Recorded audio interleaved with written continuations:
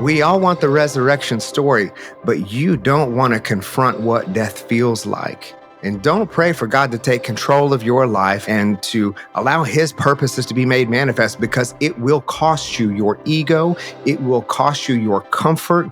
It will cost you all of the imaginary walls of success that you've built up around yourself to isolate.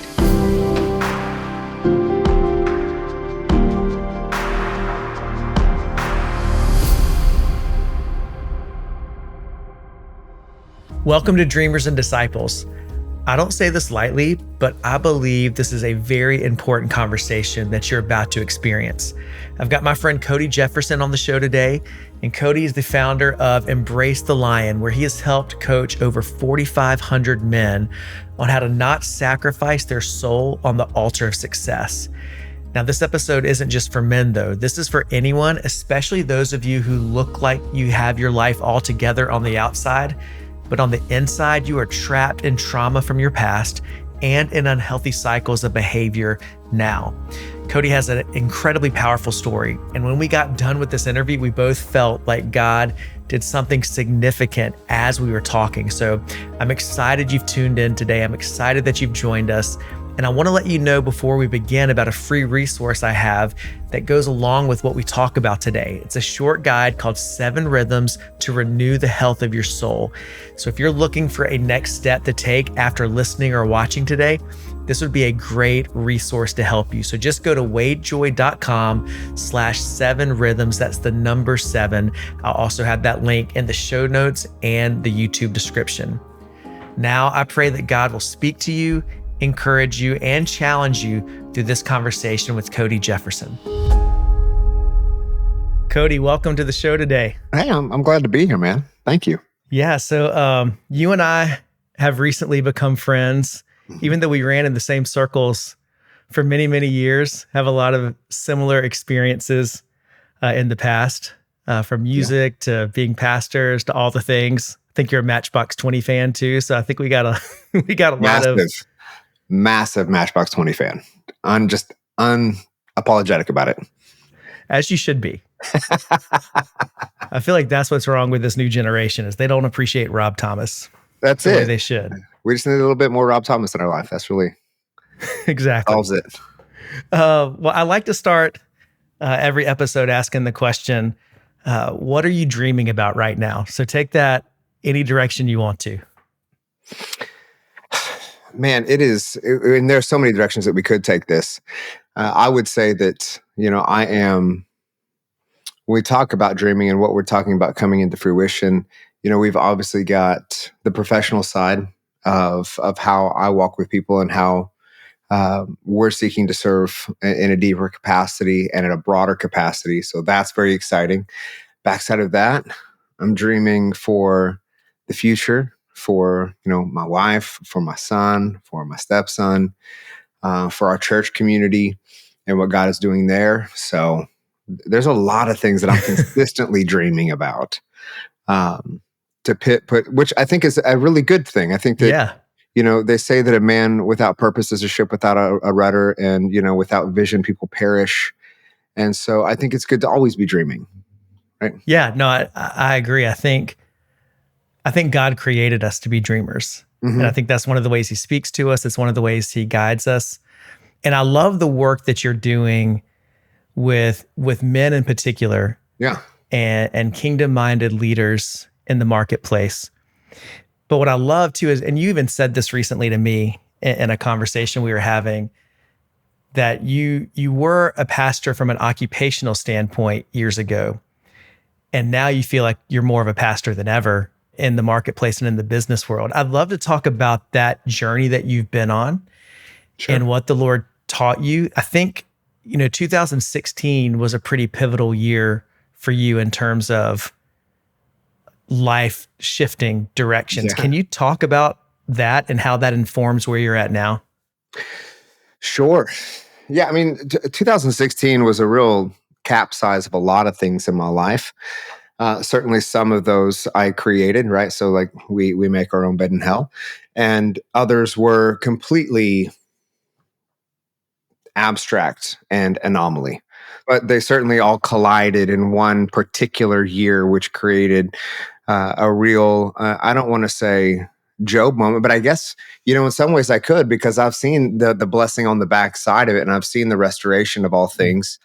And so in some ways, I guess we could create correlation. But in 2016, I was serving at a church here in Tulsa, and went through a divorce. So that kind of started the snowball. No good scandal for anybody. Sorry, we just got divorced. Yeah. And but in the midst of that, still serving, right? Because there was no scandal or anything. Like, we just still serving, still doing the thing. But the problem is that I never really gave myself time to process. So when you wrap your whole identity up around what you do, and then what you do is directly tied to God, from a professional manner, there is a sense that you can't really ever shut it off. And there's not really a space to shut it off, because you don't want to let anyone down. And it's where also you kind of receive your validation. And for that particular, season of life, it was my identity as well, because I was losing this piece of my identity. We had a 1-year-old son. And so I'm losing my identity as a full-time dad. Like, there's all of these shifts that are happening. This is the one thing I can hold on to. So I'm like holding that for dear life. Again, the problem is that other things started happening that would exacerbate the trauma that I was already walking through. I went through a season where I lost 8 family members and friends over the course of that year, all unrelated tragedies, everything from, an 18-month-old niece whose life was taken, to a 19-year-old sister whose life was taken, to a sister-in-law who took her own life, to, a best friend who died of an overdose, to a mentor who died in a motorcycle accident.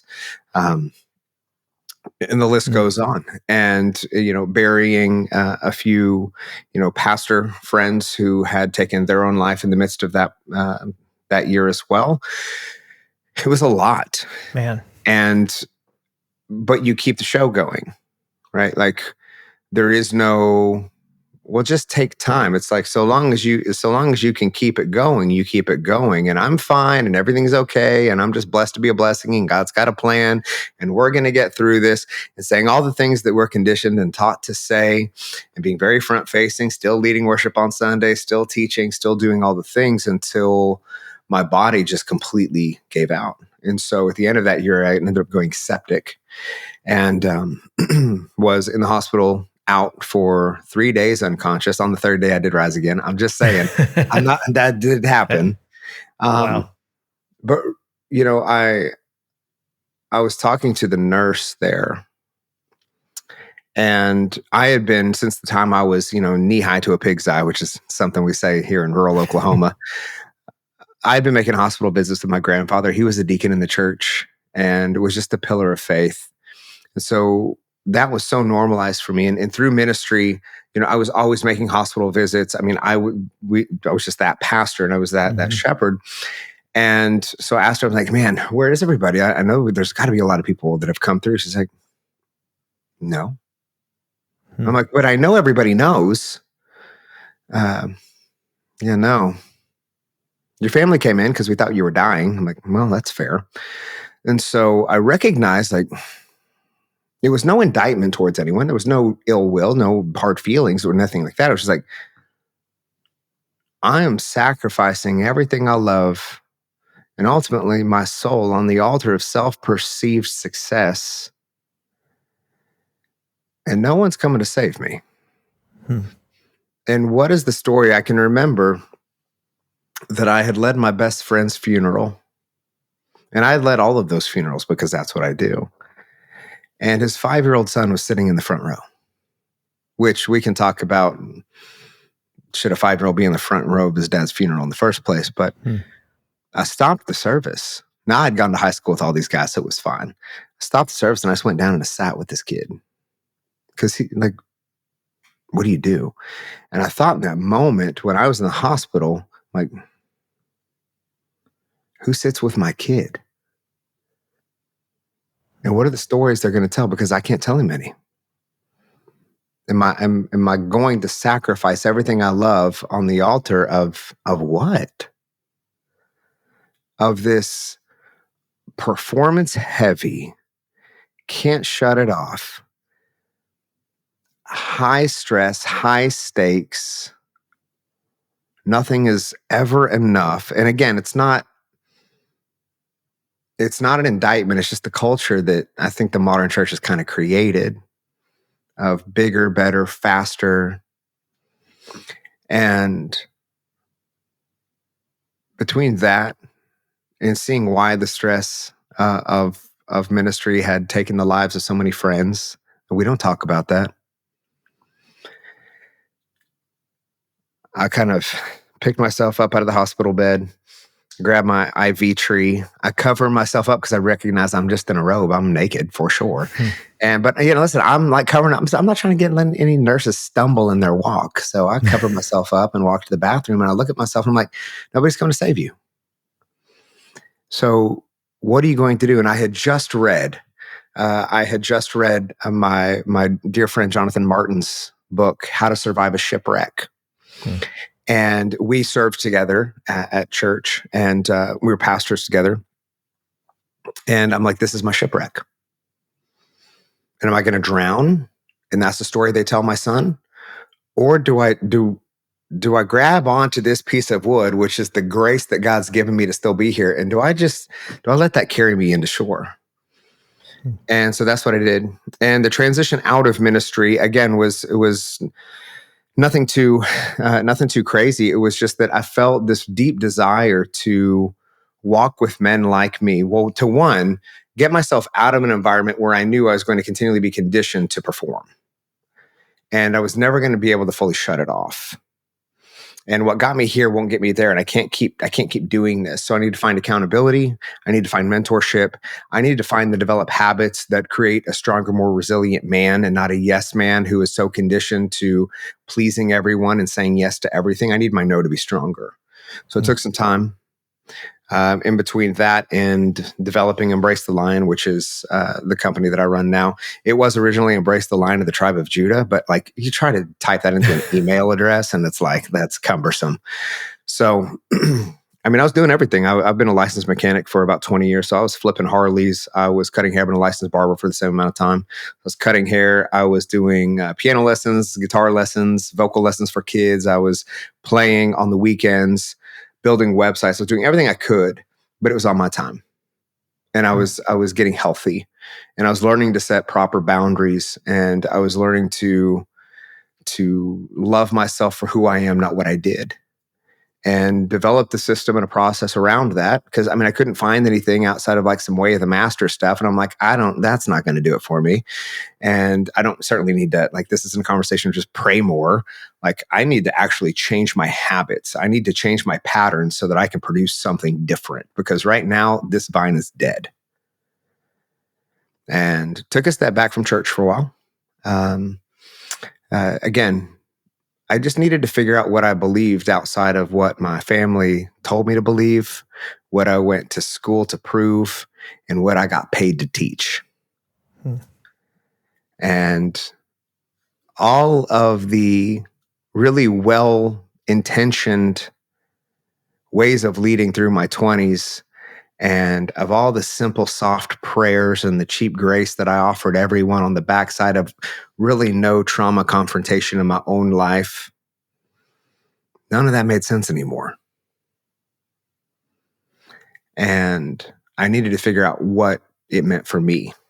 And so that was the process, and that was the journey. And now, on the backside of that, we're in 2023 now, and we serve tens of thousands of men, and across the breadth of our programs, we got about 4,500 guys in currently. And I serve on a multitude of boards in a multitude of different verticals as a consultant and as an advisor, CEO of a few companies, and get to travel the country and speak when applicable. And it's been a lot of fun, and not at the sacrifice of my family, and not at the sacrifice of my relationship with my son that means more than anything to me. Well, first of all, thanks for just that's walking kind of long-winded. through. I know that's kind of long-winded. No, I'm glad you did, though, because I think it's powerful. And I think you can't understand where you're at right now in your life and what the Lord is doing through you if you don't understand what you had to walk through to get here. Yeah. And the choices you had to make and some of the sacrifices you've had to make. And I kind of want to go back to kind of that messy process in between where you were then and where you are now. Sure. What were certain lifelines that you held on to during that time? And then what revelations did you have about yourself specifically? Because I know you talk a lot about identity Yeah. and purpose. How did that kind of come to be during this time where you were really searching, number one, for what you believed about God and then what you believed about yourself too? Yeah.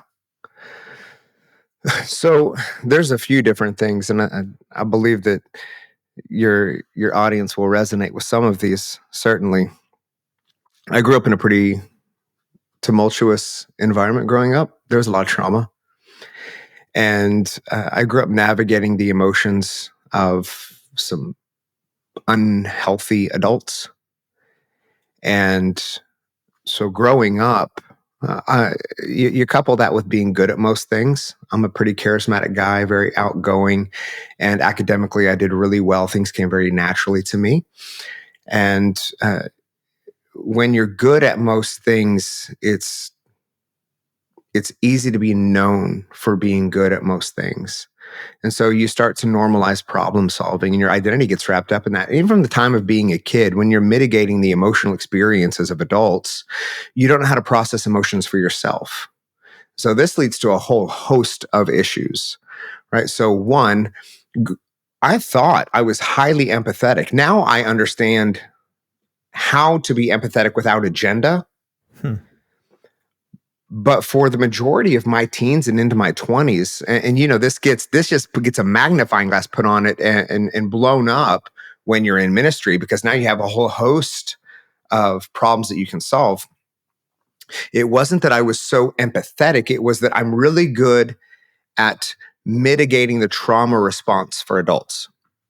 And I'm really good at minimizing emotional volatility and creating solutions. The problem is that's a window. So I can look at other people, but there's no mirror for me to look at myself. So when that happens, now we're confronted with the reality that, do I do what I do because I love doing it?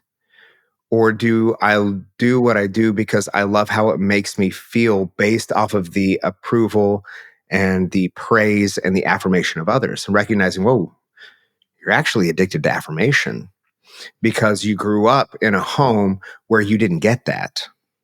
I didn't have that. And that's what I longed for. And that this is no indictment against my parents. They're great. Have an amazing relationship with my dad.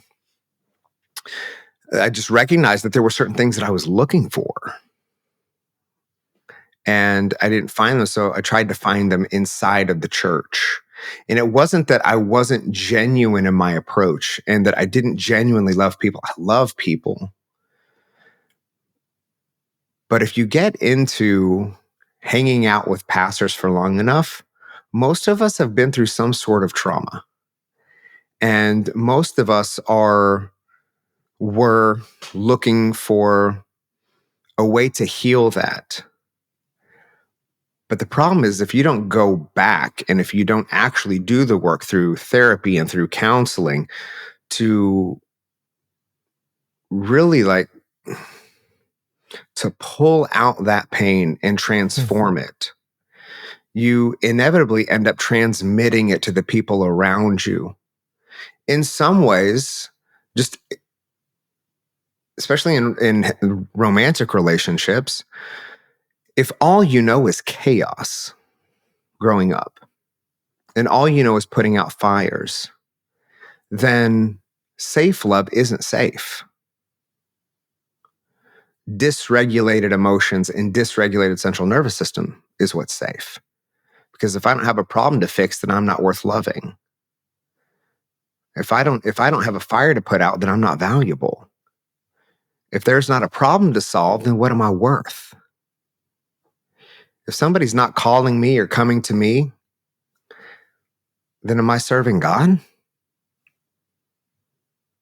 Am I letting him down? Do I need to create like there's so many things that we unconsciously do that we don't think of. And so the process for me was really going deep into that and going deep back into like my childhood and why I did the things that I did and why I created the patterns that I did and how I got to this place of going septic because I couldn't say, hey, like everyone around me is dying. I'm also like losing a part of myself and my identity. And this is very traumatic. And I need to take a step back. But I didn't feel safe to take a step back because my entire sense of self and identity and worthiness came down to performance and how I could show up and save the world. But I just needed to save myself.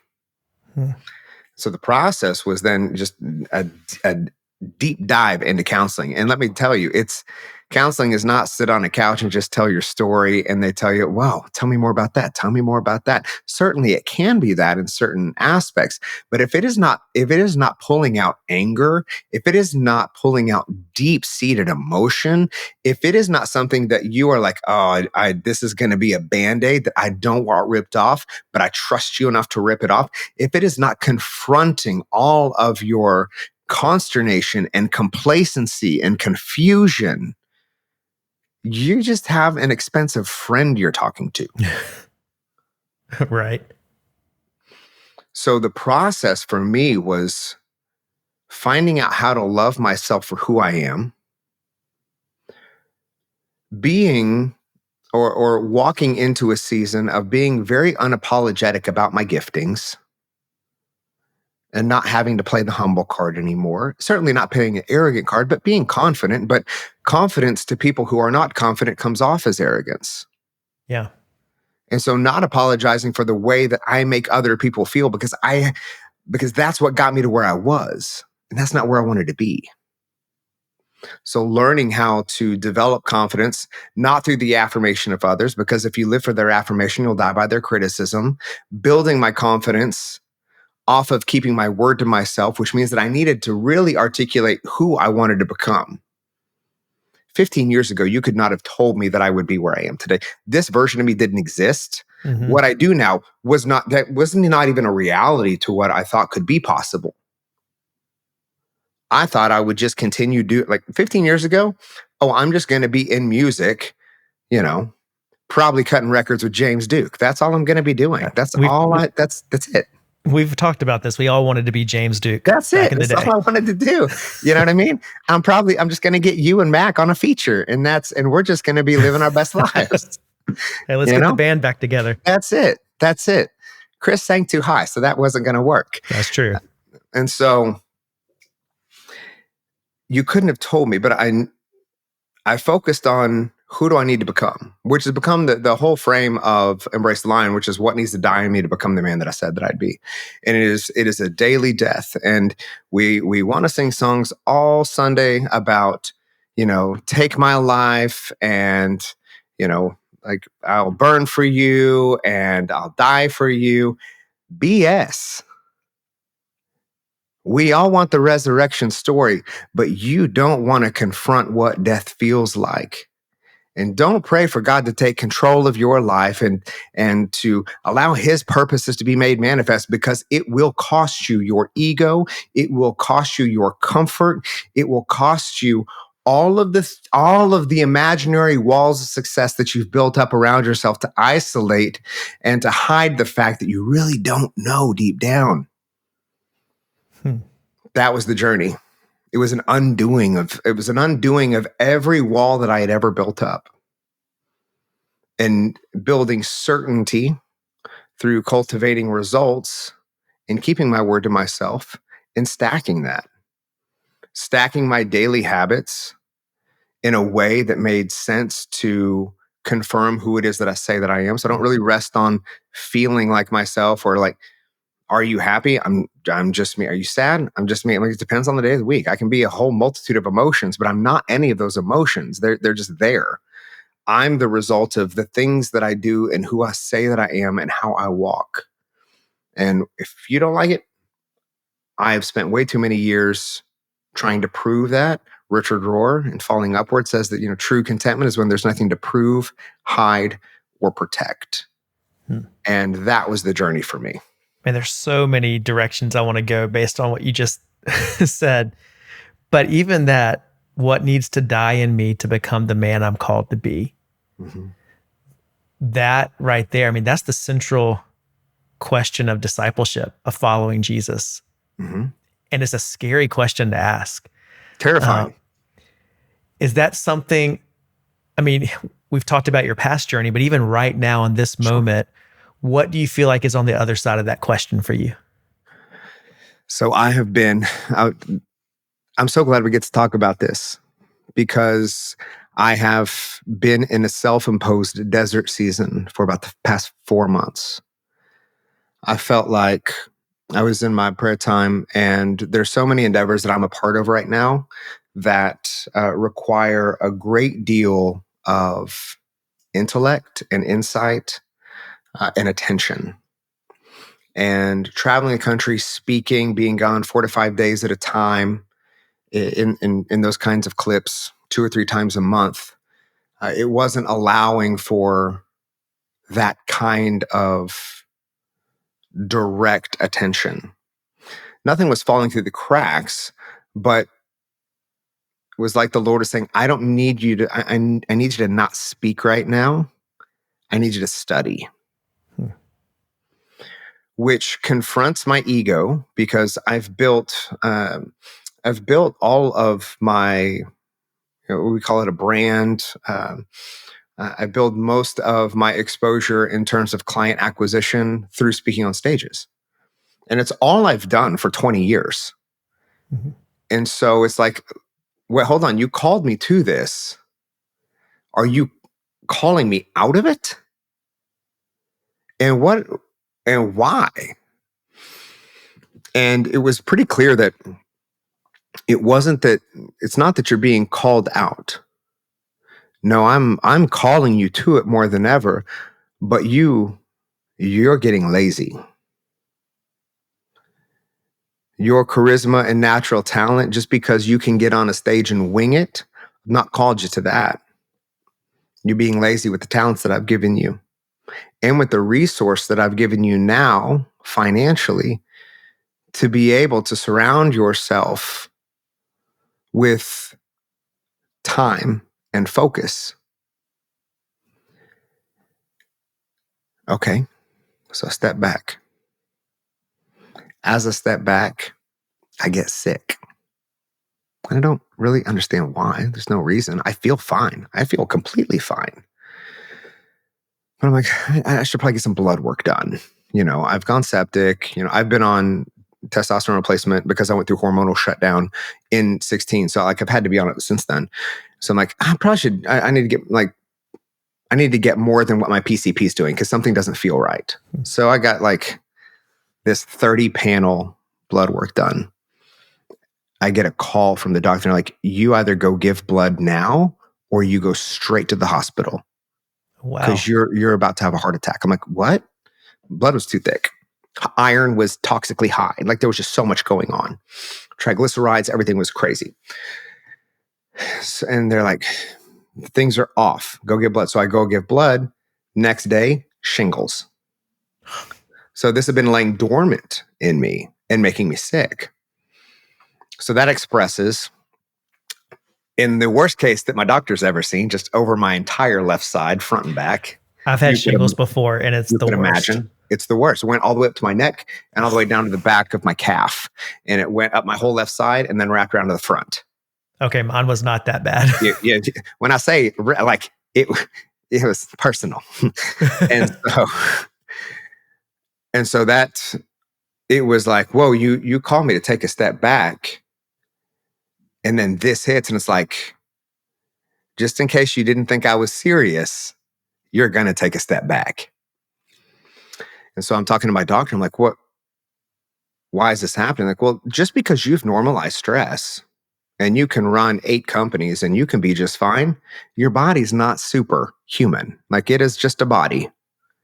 And your cortisol is through the roof, and you've been normalizing stress, which is what a lot of us high performers do. So it's been a season over the past 5 months, recalibrating, retooling, getting my health in order. Like, and all of it has, it's so clear to me now. I just came off a 5-day fast last week, water fast. And because I just wanted to seek deeper, I'm like, I want to tune in. And I can see it so clearly, like the where my health is now, where my clarity of leadership is, where our companies are now. Our companies have 4x in the past 6 months due to just a tremendous amount of vision and clarity and very acute attention towards the things that I'm called to, and fresh revelation in the conversation of how I communicate and the messages that I feel will be useful in the business sector. Because yes, I'm not behind a pulpit anymore, but I'm more a pastor now than I've ever been. And the pulpit was always preparation for that platform. And in all the things that we take for granted, our leadership development, the ways in which we are academically studying scripture, the ways in which we apply, the ways in which we build object lessons, the ways in which we communicate, walk with people, love people, lead people, the way that we know people, because we're a culture that is desperate to be known, but we settle every day for being seen. Like, we meet people at their well. And taking a step back to recalibrate the responsibility that I've been given to see that talent with fresh eyes, that all of that ego, all of that assumption, all of the ways in which I was neglecting certain areas, again, nothing inherently bad.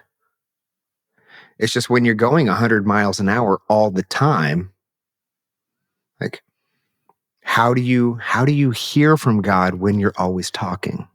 Mm-hmm.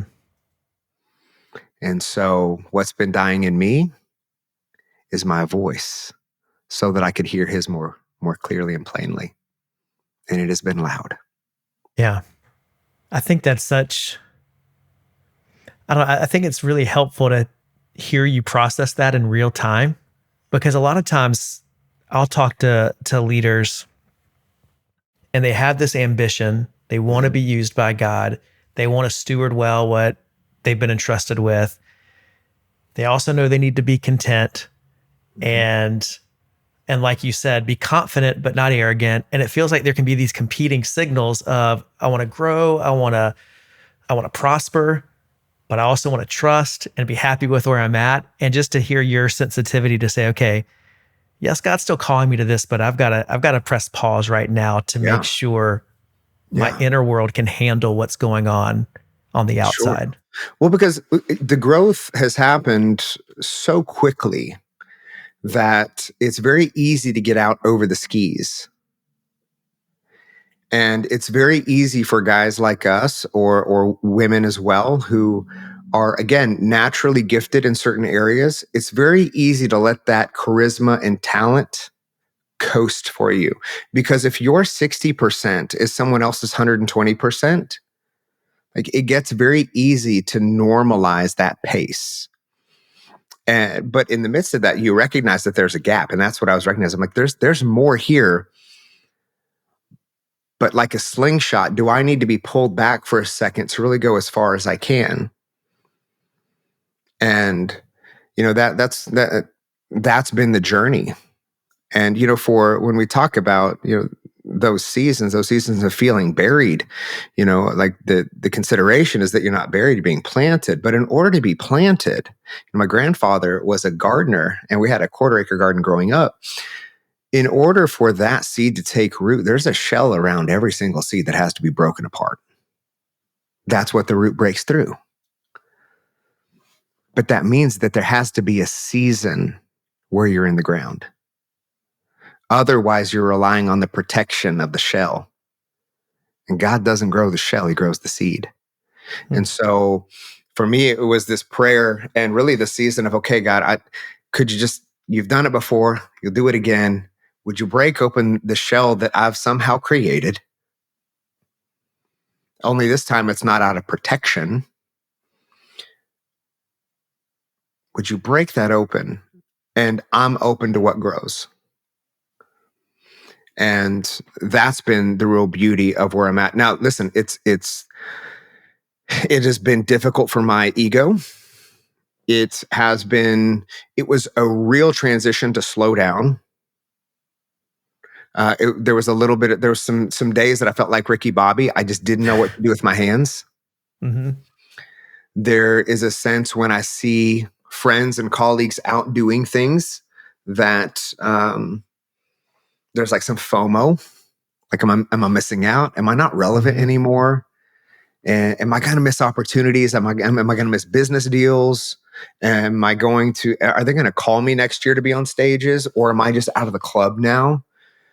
You know, it's interesting now on the backside of that, I don't rely on stages. I don't rely on any of that for majority of what I do now, because we've built companies that cash flow, and it's a different conversation.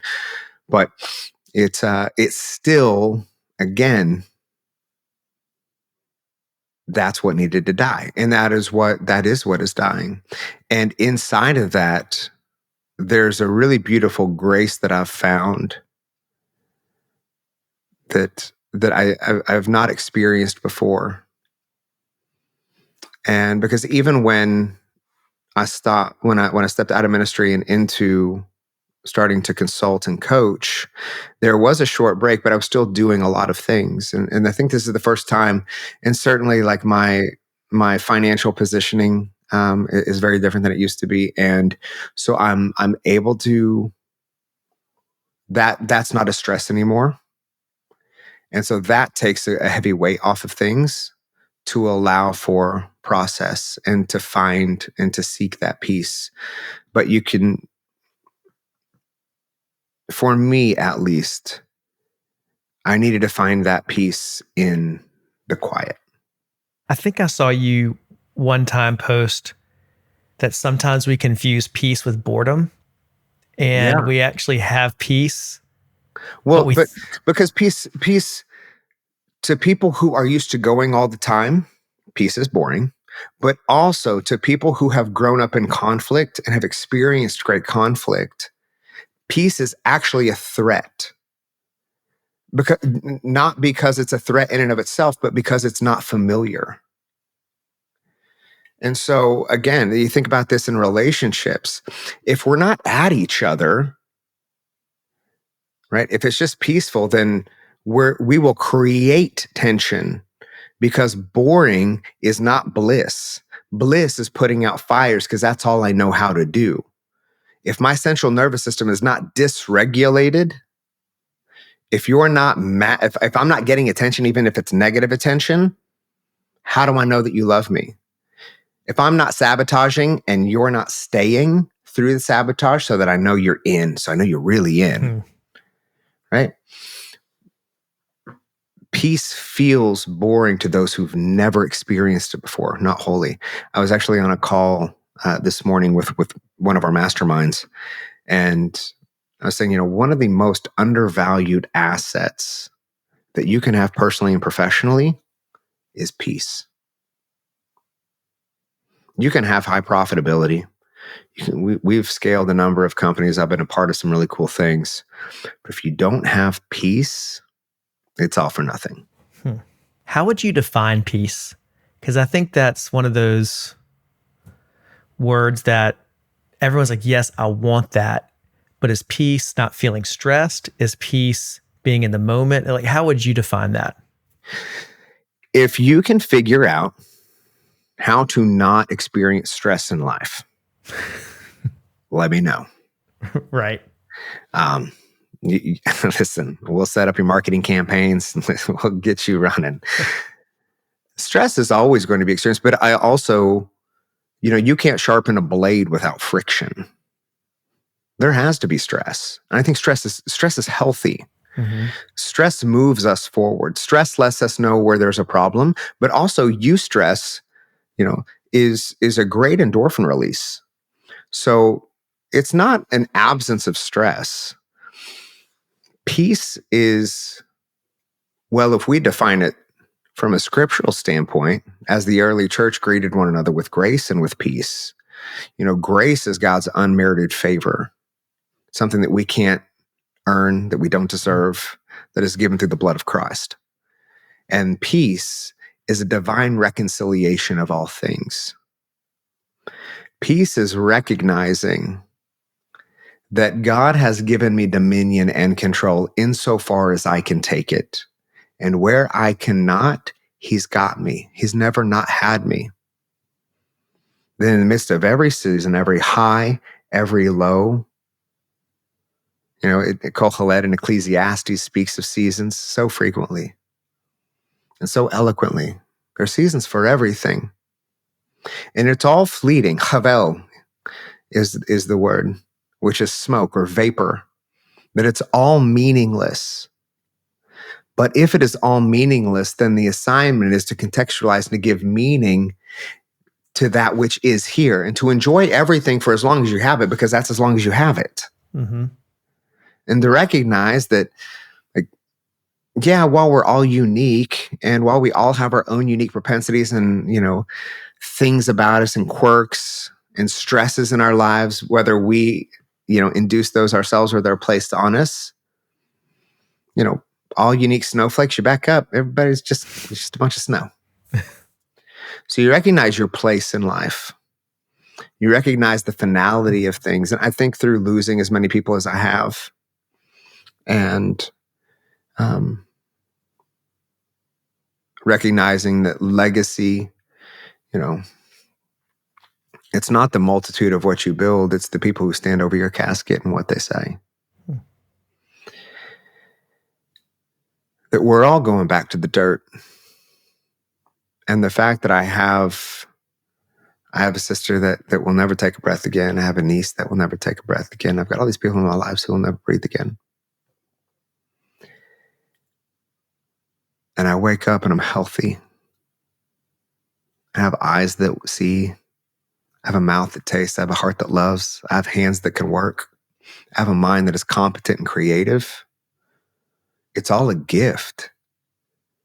And there's a peace there. I'm not saying that storms don't come, but I know the one who calms the waters. And I don't mean to get all pastoral here, but I've already been to hell. And I've walked it. And I've made my bed there. And I have cursed God from there. And the reciprocation of that is I can't outrun his grace. I can't outrun his mercy. I've tried. I have tried. And I have been frustrated, and I've been angry, and I have been depressed, and I have been anxious. I have been hopeless.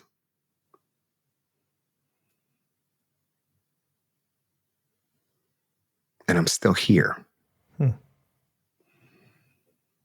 And to step into that with trust. No cute prayers, as Bonhoeffer would say, with no cheap grace. I don't have cute platitudes for you. But I know what he's brought me through. And I know what he's called me to. And you can't cancel me because you didn't call me. And if he's not failed me now, he won't fail me. I may, and I do. But the piece is in he doesn't. And he won't call me where he won't acquit me. So I don't have to worry about that. There's Byron Katie in Loving What Is speaks of 3 businesses. I've got my own business. You've got your business. And then there's God's business. Peace is I'm going to focus on my business day in and day out. I'm not going to meddle in yours because then I can't focus on mine. And I'm certainly not going to try to solve the problems that only God can. That's peace. Yeah. That was an amazing definition and exploration of that, of what it is and what it isn't. I'd love to know, how are you passing all this down to your son and to your stepson? I know that's really important to you, and what you model and how you set that standard. So how are you doing that? Yeah. I think one of the healthiest gifts we can give our kids is to be healthy ourselves. So living a life that is as full of integrity as possible. Certainly nobody's perfect, and I get it wrong every single day. Try to minimize that as much as possible. But nobody's a superhuman. So through my daily habits, it's one thing to tell your kids something and tell them to do something, but I just want to show them that we have a saying, we're Jeffersons. This is who we are. This is what we do. And on the flip side of that, these are the things that we don't do. Now, can they go against the grain on that? They're 9. They do. But at the heart of it, I lead by example. I'm involved in the endeavors that I'm involved in because I want to show them that when I say you can do and be anything, I'm not just saying that. I'm living proof of that. Currently, right now, in Times Square, I was there in 2016 on the backside of a divorce going to New York Theological Seminary, where I was told, who wants a divorced youth pastor? Who wants a divorced pastor? Oh. You know what you'll find in Times Square right now? Literally, right, like as we speak? My billboard. I'm here to show them what's possible. But not on the backside of my relationship. I don't miss events. I'm at the school every single week with lunch.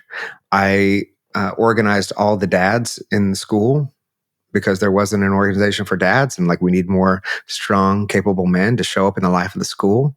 And not that they didn't want to, they just didn't have a vehicle to. So I can't present a problem, not a solution. That's not who Jeffersons are. That's not what we do. So if you come with a problem, you come with a solution. So I came with one. And here we are. Focus time with each and every one of them, right? With both. If my son wants to go on an adventure, we go. He understands the inner workings of what I do. He sees it. He knows my clients. He knows all my business partners. Titus does as well. Travel with me. I want them to see what it is to be a man of integrity, to be a man of faith, to be able to speak that faith very, very openly, to do business with men who are like-lifed and like-minded,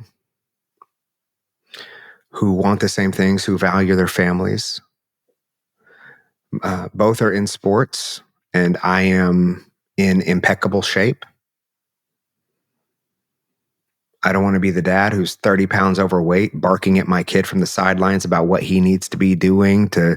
No, I'm going to be on the mat and on the field with him, be leading by example. This is not a do as I say, not as I do. So every day you're setting a standard. Whether it's the standards you want to set or not is dependent on your, one, level of awareness and level of commitment and follow through, your execution. And every day you get to decide, when you wake up, you win the lottery. You're alive. You have another opportunity to sow seed. You have another opportunity to experience grace, and you have another opportunity to extend that grace. You have another opportunity to learn, to push your body, the only vehicle you have in this life. And so by just living an example, being present, engaging in really, really deep conversations, I love it. Encouraging them for who they are, recognizing that I don't want you to do things to make me proud. I'm proud of you, but just because you're my kid. I love you. Are you proud of you? Helping to, again, on the backside of healing some of the woundings that I carried with me, and recognizing that specifically my son carries a lot of my same traits. helping him and giving him tools to build confidence for himself, to stand up for himself, to recognize that he is an incredible leader. But with that leadership comes incredible responsibility. Not to be minimized is the responsibility to take care of yourself and fill your cup first, and to practice radical discipline and boundaries. Because if you give people enough rope, they'll hang you by it, not because they want to, but just that's because what we do. So, laughing a lot. Somebody the other day asked me, because Stetson always grabs my hand and holds it, and I was asked, when are you going to stop? He's 9. When are you going to stop holding his hand? I'm like, when he stops reaching for it. Because if I keep telling him no, he'll just stop. And we never, just an awareness to never take a day for granted. It's not about being perfect. It's about being present.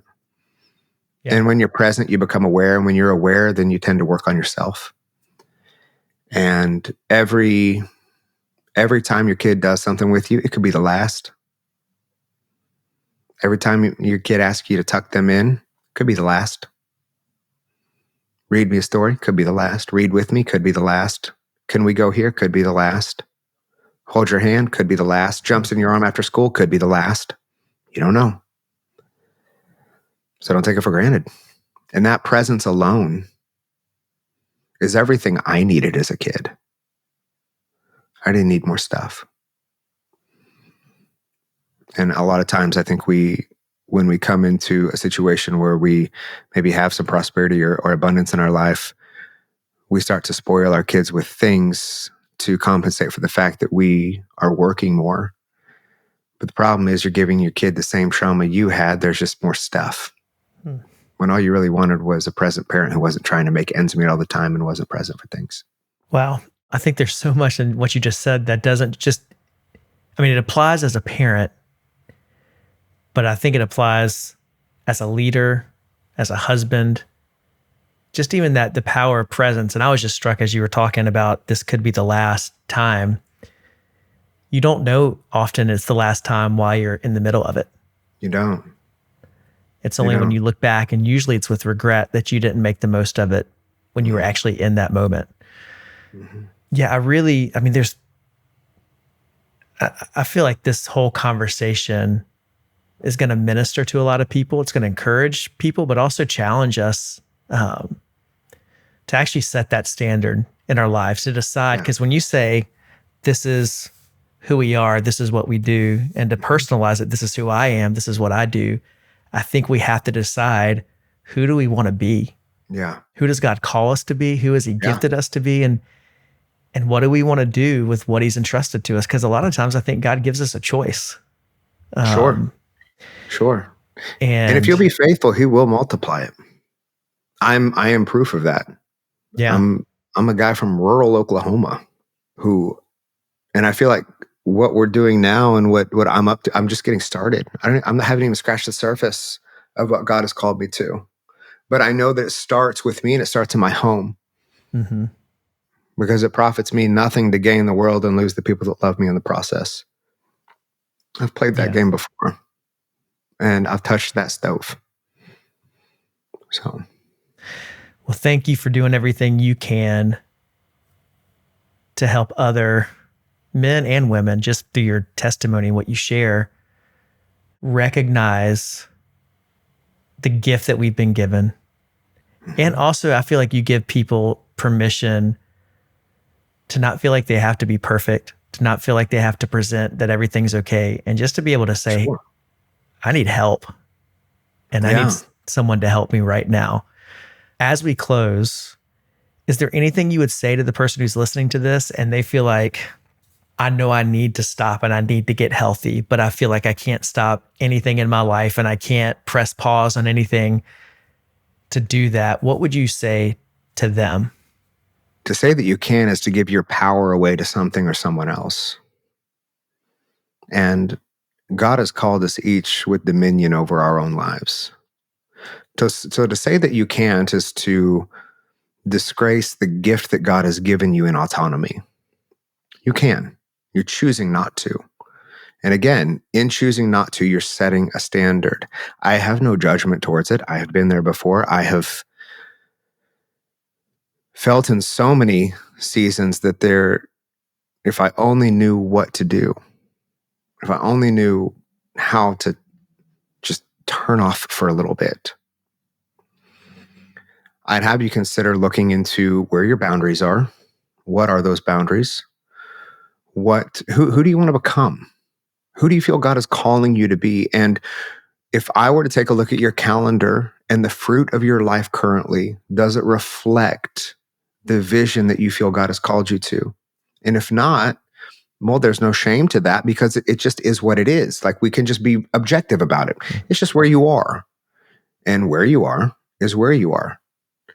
So how do we then take the gift of every day, and how do you put a framework together? Like, let's not over spiritualize this.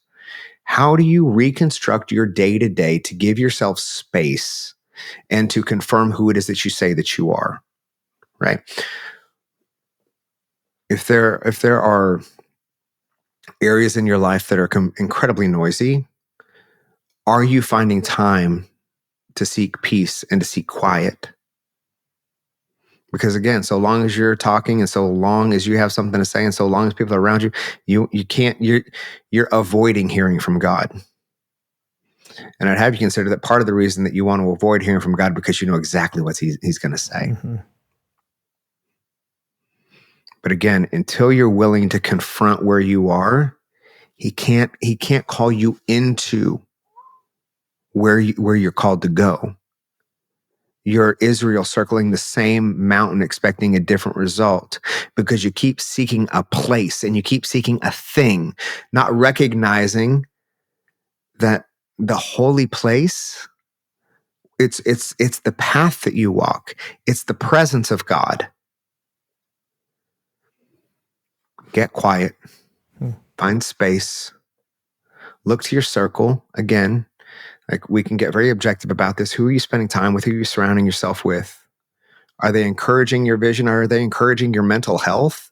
Are they encouraging your spiritual development? Are they praying with you? Are they holding you accountable to the vision that you communicated to them that God has given you for your life? Iron sharpens iron. But if there is no friction and you're not being called out, nothing moves forward.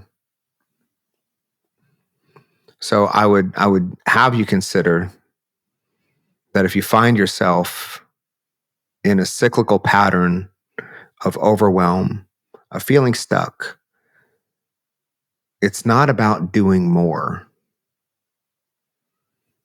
It's about slowing down so that God can speed up. Doesn't mean we become complacent. To me, success is contentment without complacency. I am content, but I know also that I am called. And with that call comes responsibility. Recognize that if you are not responsible with the talents given to you, we know how this story ends. They are given to someone else. Don't let that happen in your life. Thank you so much for just the wisdom you've shared. I really appreciate your boldness, your vulnerability, and the way you unashamedly challenge us too. And so, but I'd want the same. I would absolutely want the same. And to honor you, like, I will tell you that this season of life for me is so rich, because in that kind of wilderness season, God has put so many people into my life that have been so instrumental in so many ways. And you know some of them, we've talked about some of them, but I want you to know that you're one of them.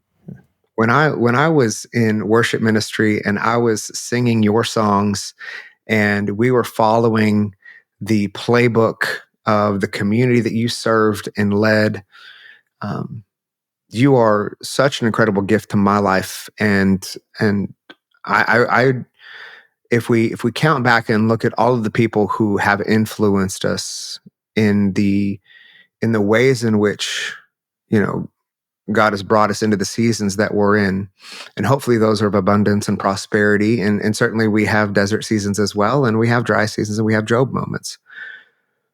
But I will tell you that the songs that you've written, the ways in which you've led, the evolution of who you've become in this process and who you're consistently becoming is such a gift to me. And you continue to minister to me. So I wanted to honor you and honor you for engaging this conversation. I count myself blessed to consider you a friend. And so, Well, likewise, my friend, I'm continually learning from you in this season, and it causes me to dream bigger and to be bolder. yeah. Where can people follow you and learn from you? Yeah. Very simple. CodyJefferson.com. You can find me there. If you're wanting to connect, outside of shooting me an email, which ultimately get filtered, not that I won't see it, it'll just take a little longer, but you can find me on social. If you just message me on Instagram, it's probably the easiest place. And it'll go to my requests. But if you put the name of this podcast at the top of it, then like we'll know that like you're real and you're not trying to sell me things. And I'll be sure to, I respond and engage with every single person. Like I'm not anybody big time. I'm a guy living his best life in Oklahoma, trying to be a good steward to what God's called me to. And if I can add value to your life, if I can hear your story, if you got something that you want to share, if this has helped you in some way, you can share something, tag me in it. Love to share that. And reach out. Would love to hear from you. Again, once a pastor, always a pastor. Awesome. Thank you, Cody. Thank you. Thanks for joining us today. I pray that God spoke something to you. He ministered to you through that conversation. Don't forget to follow Cody so you can continue to learn from him. Also, I have that free resource, 7 Rhythms to Renew the Health of Your Soul. You can find that in the show notes and the YouTube description. And I'd love to see you back here next week for more Dreamers and Disciples. And if you love this show, please share it with somebody. Leave a review. Subscribe on YouTube or Apple or Spotify. Let's help get just this encouragement out to as many people as possible. And thank you, whether this is your first time here or you're part of our community. Your support means the world to me. See you back here next week.